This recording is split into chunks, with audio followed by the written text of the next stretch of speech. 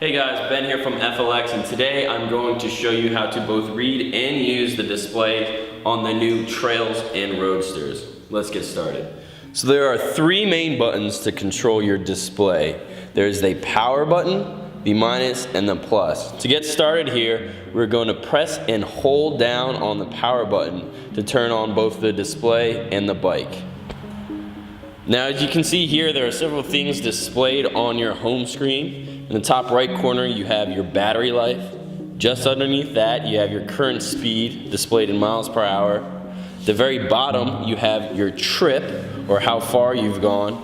And then on the left side, you have your level of pedal assist. Now, to navigate through this, you hit the plus and minus buttons. So 0 means you have no pedal assist and you're operating on 100% human power, or you can increase this all the way up to level 5, which means the bike is doing the most work that it can.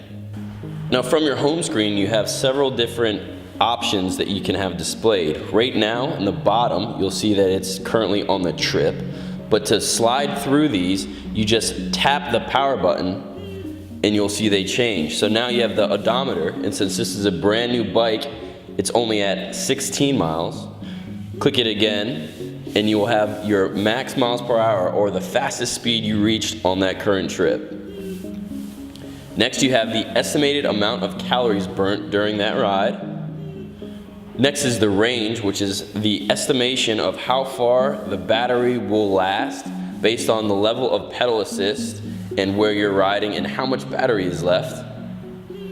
Next, you have the average speed for the entire trip, the ride time, or how long the trip has taken, and the power, which is the amount of output in amps, as currently displayed right now. So this is all the information you have available on the home screen, but if you want to dive deeper into the settings, hold down both the plus and minus buttons at the same time. So you'll see here you can adjust the display settings. By clicking on this, the first thing you can adjust is the units.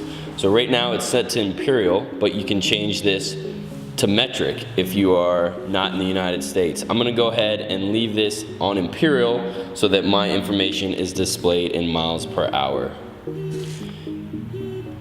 Next, you have the auto off, or when the bike automatically shuts itself off when it's been sitting idle. Right now, it's set to run no matter what until the battery's drained, but by hitting the plus button, you can adjust the number of minutes until the bike will automatically shut off. So 9 is the maximum, which means after 9 minutes of sitting idle, the bike will shut off. Underneath that, you have brightness, and this is similar to your cell phone screen. So at midday, when the sun is highest in the sky, you're probably going to want your brightness at 100%. But if you're riding at night, you can always tone this down based on your preference. Next, you have the power view, or how the power is displayed on that home screen. Right now, it is set to current, which means it will be displayed in amps. But you can change this to power, which means your output is going to be displayed in watts.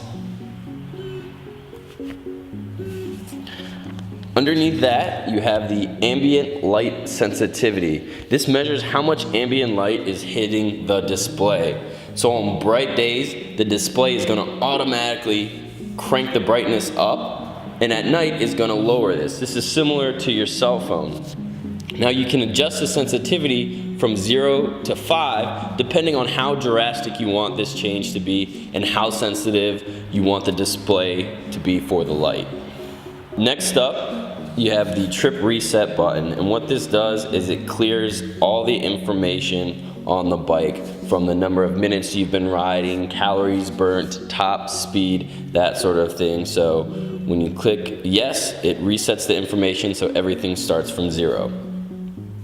Next, you have the vibration tool, and you can turn that on or off depending on whether you want the buttons to vibrate when they're being pressed. So when you're riding trails and going over bumpy terrain, it's always best to keep these on. That way you can feel when these buttons are actually being pushed, even if your eyes aren't looking down at the screen.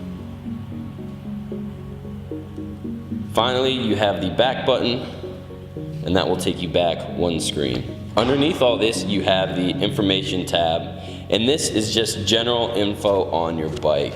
From the size of the wheel to the top speed the motor will take you, so 28 miles per hour before the motor stops assisting. You have battery info, any error codes, and then of course the back button. The last cool feature on the bike is the walk assist mode. What this allows you to do is provide marginal power to the motor to help you walk next to the bike and go up steep inclines. Now you don't want to use the throttle because too much power will be applied, so to activate walk assist mode, all you need to do is hold down the minus button, and a very limited amount of power will be applied to the motor and allow you to walk next to the bike and go up steep inclines. So these are all the features of the display and buttons on the new F3 Trail and Roadster. If you have any questions, feel free to reach out to us over Facebook, give us a call, or leave a comment in the section below, and we'd be happy to get back to you.